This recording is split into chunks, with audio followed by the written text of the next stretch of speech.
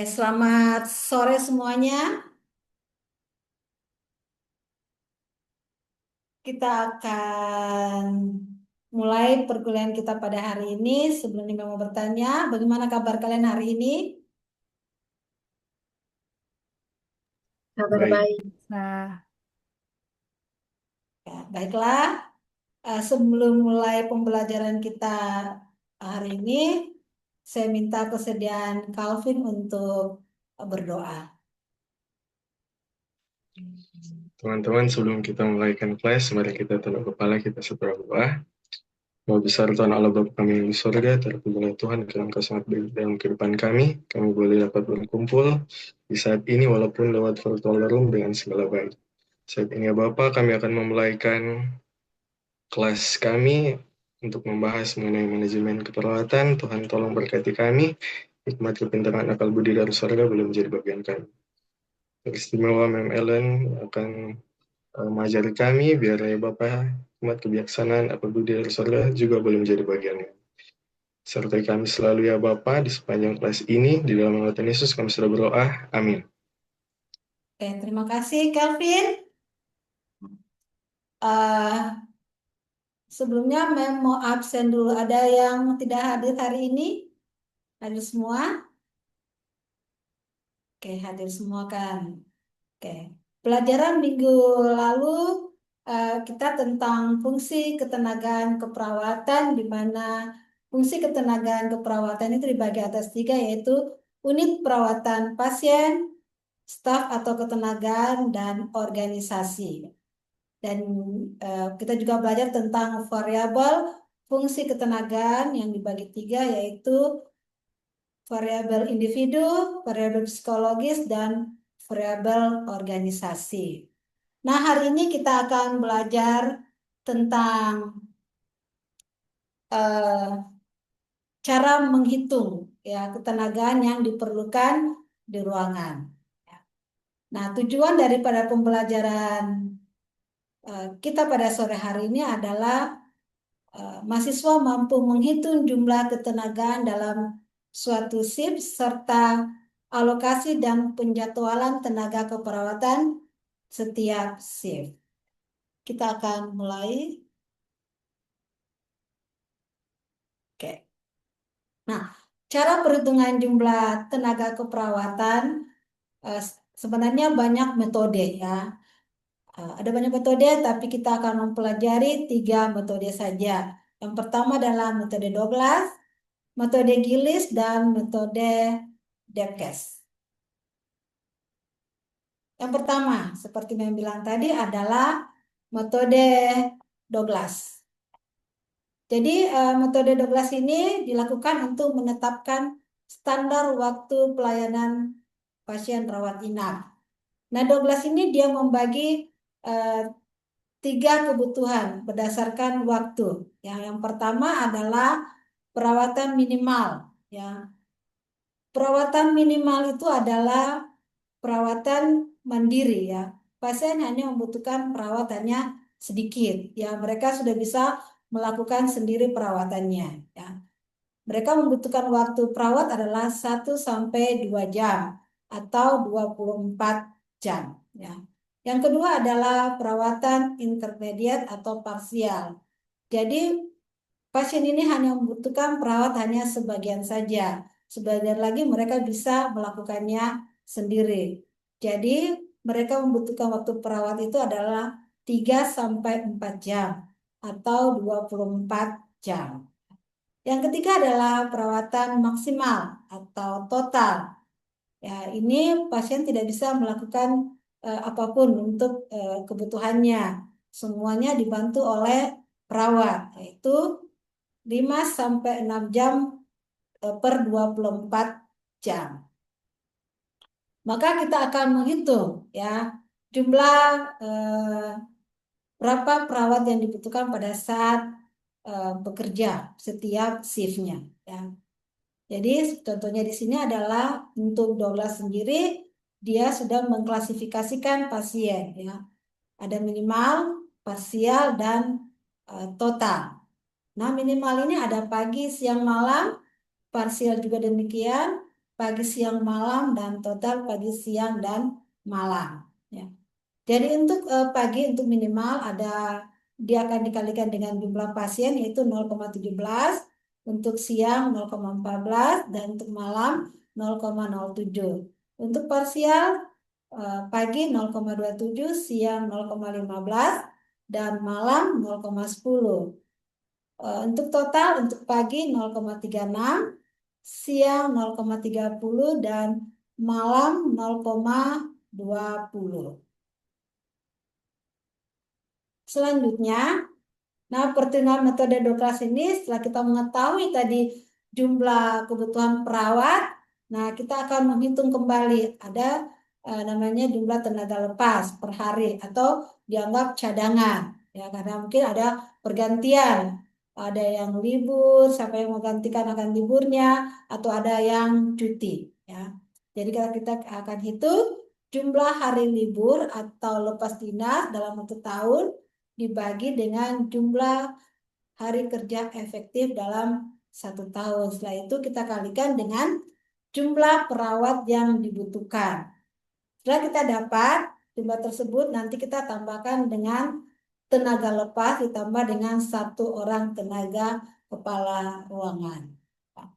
Contohnya, biar lebih mudah dimengerti ya. Kalian bisa baca ya. Ruang rawat anggrek di Rumah Sakit X terdapat 30 pasien dengan kategori sebagai berikut. 25 pasien dengan perawatan minimal, 4 pasien dengan perawatan parsial, dan 1 pasien dengan perawatan total. Hari libur ada 91 dan hari efektif bekerja adalah 274. Maka kebutuhan tenaga perawat menurut Douglas ada berapa? Mari kita hitung bersama. Oke, kalian bisa lihat di sini dia punya contoh. Untuk tingkat ketergantungan minimal tadi adalah ada berapa tadi minimal? 25 ya. Pagi ya, jadi pagi tadi sudah ada dia punya rumus yaitu 25 dikali dengan 0,17. Dapatnya adalah 4,25 ya. Untuk parsial ada 4 orang tadi kita kali dengan 0,27. Dapatnya 1,08.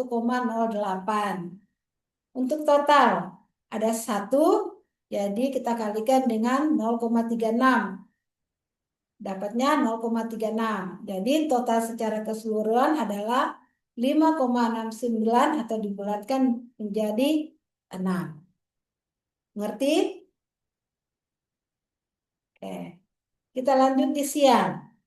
Siang tadi minimal ada 25 dikali dengan 0,14, dapatnya 3,5. Untuk parsial ada 4 kali 0,15, dapatnya 0,6, dan total 1 kali 0,30 dapatnya 0,30. Setelah dijumlahkan dapatnya 4,4 atau 4. Ya. Untuk malam minimal 25 kali 0,07, hasilnya adalah 1,75.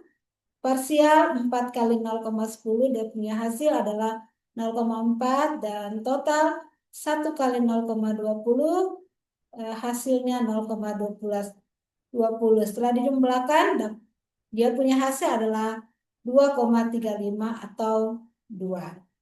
Jadi setelah itu kita jumlahkan 6 tambah 4 tambah 2 dapatnya adalah 12. Ya, dia punya hasil.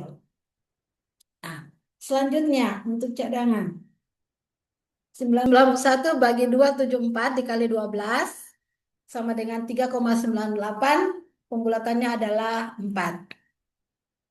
Jadi setelah kita dapatkan tadi ada 12 ditambah 4 itu dapat 16, ditambah 1 kepala ruangan adalah 17. Mengerti sampai di sini? Kita lanjutkan ke soal yang berikutnya, memberi contoh yang kedua. Oke, silakan dikerjakan. Kalian bisa baca dan kalian kerjakan. Oke, silakan Angel. Jadi yang tadi kan ada 17 yang pasien minimal, 8 parsial dan 5 total. Itu kalau berdasarkan Douglas, kalau yang shift pagi kali 0,17 itu sama dengan 2,89. Kalau yang parsial kali 0,27 itu sama dengan 2,16. Yang kalau total 5 kali 0,36. Hasilnya 1,8. Untuk yang shift siang itu 17 kali 0,14. Hasilnya 2,38. Parsial 8 kali 0,15. Hasilnya 1,2. Dan untuk yang total kali 0,30. Hasilnya 1,5. Untuk yang shift malam 17 kali 0,07. Hasilnya 1,19. 8 kali 0,10 hasilnya 0,8 dan 5 itu total kali 0,30 hasilnya 1,5. Untuk yang shift pagi total keseluruhan 6,85 dibulatkan jadi 7. Untuk yang shift siang 5,08 dibulatkan jadi 5. Untuk yang shift malam 2,99 dibulatkan jadi 3. Nah, tadi ada jumlah hari libur 68 dan jumlah hari efektif kerja yaitu 297. Itu kali total eh, semua tadi ada 15, itu hasilnya 1020. Nah, 1020 itu bahagi dengan jumlah hari efektif kerja. Hasilnya 3,45. Jadi dibulatkan jadi 3. Untuk tadi total ada 15, berarti ditambah hasil yang tadi yaitu 3, dan ditambah 1. Jadi dalam satu hari itu ada 19 tenaga dalam satu hari. Oke, Sudah. terima kasih Angel. Yang lain sudah mengerti atau ada pertanyaan? Oke, sudah pada mengerti? Oke, sekarang kita lanjut ke metode Gilis. Oke, metode Gilis ya. Jadi metode Gilis ini dia juga ada membagi seperti 12 tadi ya. Jadi dia bagi tiga jenis bentuk pelayanan. Nah, yang pertama perawatan langsung, itu perawatan yang berhubungan dengan pemenuhan kebutuhan pasien baik fisik, psikologis, sosial, dan spiritual. Dan dia membagi juga dengan tingkat ketergantungan ya. Dia tapi tadi kalau 12 dia bagi 3, kalau digilis dia bagi 4 ya. Ada self care, ada partial care, total care, dan intensive care. Prinsip perhitungan rumus Gilis terbagi atas 3 jenis bentuk pelayanan, yaitu yang pertama adalah perawatan langsung, yaitu perawatan yang berhubungan dengan pemenuhan kebutuhan fisik, psikologis, sosial, dan spiritual.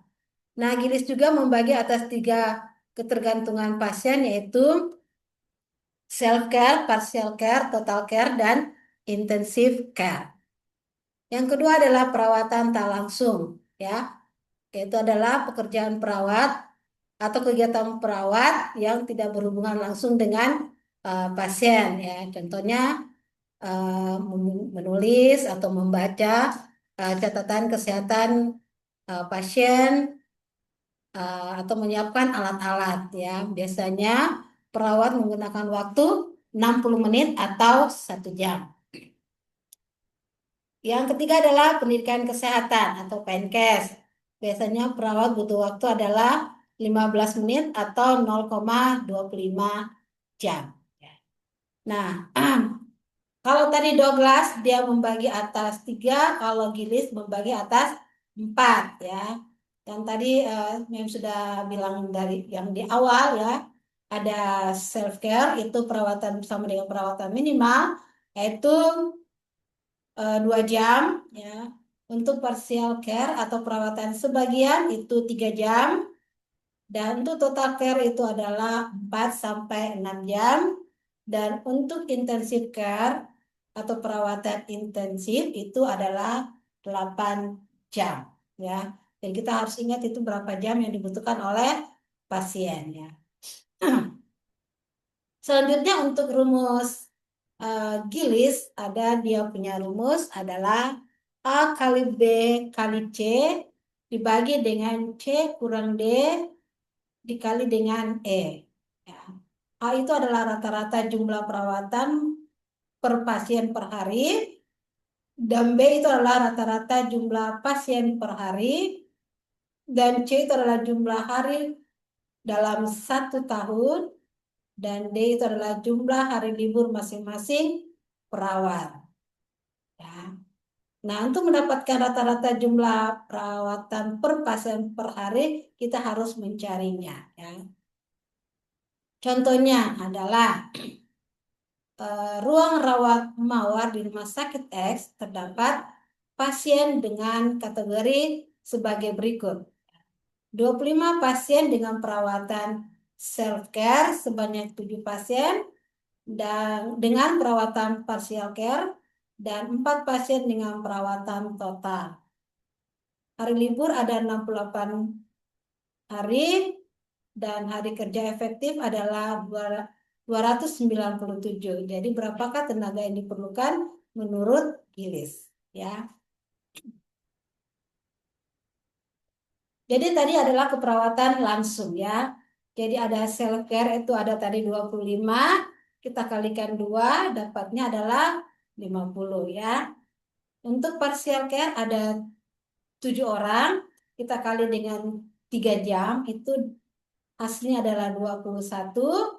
Dan total care ada 4 kali 6 jam, hasilnya adalah 24. Untuk keperawatan tidak langsung ada 36 kali 1 jam. 36 ini adalah jumlah pasien ya. Dan hasilnya adalah 36, dan pendidikan kesehatan 36 pasien dikali dengan 0,25 jam, itu hasilnya 9. Setelah dihitung semuanya adalah total jam perawatan adalah 140.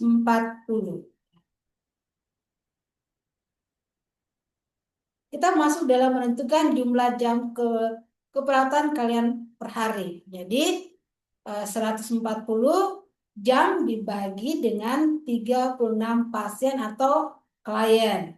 Ya, hasilnya adalah 3,88. Untuk menentukan jumlah kebutuhan tenaga perawat yang dibutuhkan di ruangan, kita masukkan berdasarkan rumus yang di atas tadi ya, rumus Gillis ya. Yang A kali B kali C dibagi dengan C kurang D dikali dengan E ya. A itu adalah 3,88 jam dikali klien per hari dikali dengan 36 klien kali 365 hari ya. Dibagi dengan 365 kurang 68 dikali dengan 7 jam kerja efektif. Nah, setelah itu kita kalikan dan kita bagi, hasilnya adalah 24,5. Ya. Mengerti sampai di sini? Oke, kalau sudah mengerti, kita lanjut. Ya. Nah, jumlah tenaga keperawatan yang dibutuhkan di suatu unit ditambahkan dengan 20% ya, atau cadangan atau antisipasi kekurangan tenaga. Bisa aja pasiennya akan bertambah atau pada saat ada yang libur atau cuti ya.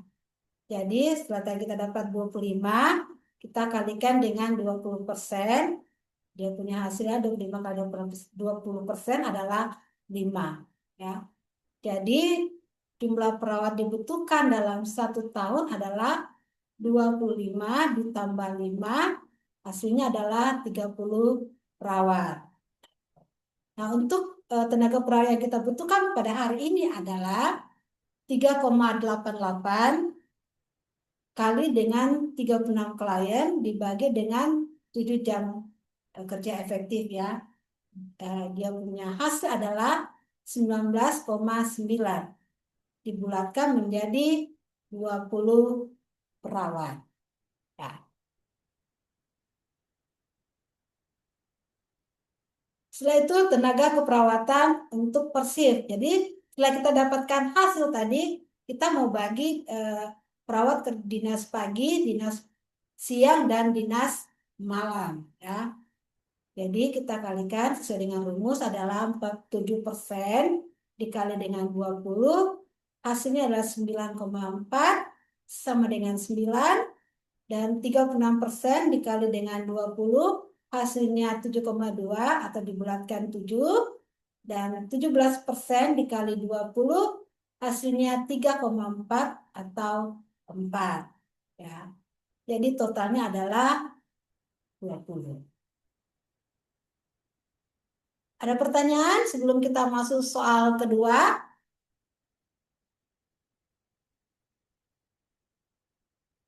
Kalau tidak ada pertanyaan, kalian boleh membaca soal yang ada. Permisi, Mem. Mem Silakan. boleh mau jelaskan ulang yang di bagian jumlah tenaga perawat yang dibutuhkan hari ini, yang 3,88 itu dapat dari mana, Kang Mem? Oke. Kasih. Oke, jumlah tenaga perawat dibutuhkan yang 3,88 ini ya. Awal. Oke. Jadi 3,88 adalah tadi yang saya bilang tadi adalah keperawatan langsung ya. Ada self care, ada partial care, dan total care. Setelah kita kalikan dan kita jumlahkan. Setelah itu kita masuk ke perawatan tidak langsung. 36 pasien kita kali dengan 1 jam.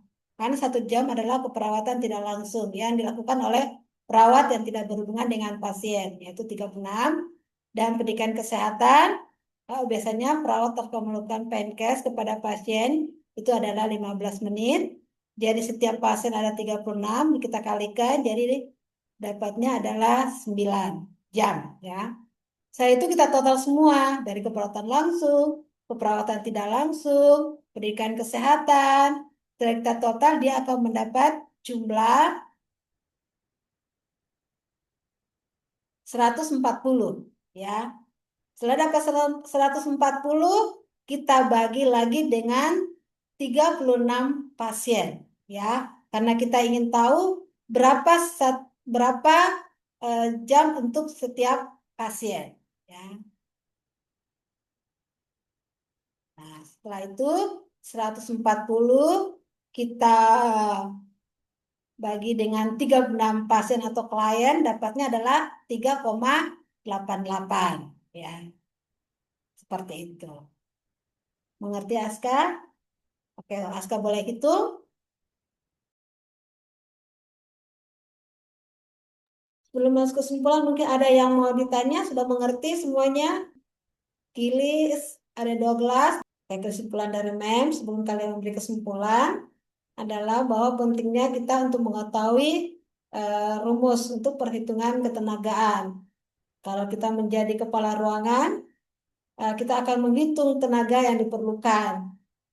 Mungkin ada beberapa rumus yang membutuhkan tenaga perawat yang banyak. Jadi kita bisa menyelesaikan kira-kira mana yang bisa kita gunakan di ruangan yang kita tempati. Ya. Oke, silakan. Siapa yang memberi kesimpulan hari ini? Semoga apa yang kita pelajari hari ini dapat bermanfaat. Ada Henry atau siapa ya? Silakan. Baik, ya, untuk kesimpulan mungkin dalam organisasi keperawatan, baik profesi maupun organisasi dalam tatanan pelayanan, orang semua memiliki peran krusial dan menjamin kualitas pelayanan, pengembangan profesional, serta kesejahteraan perawat.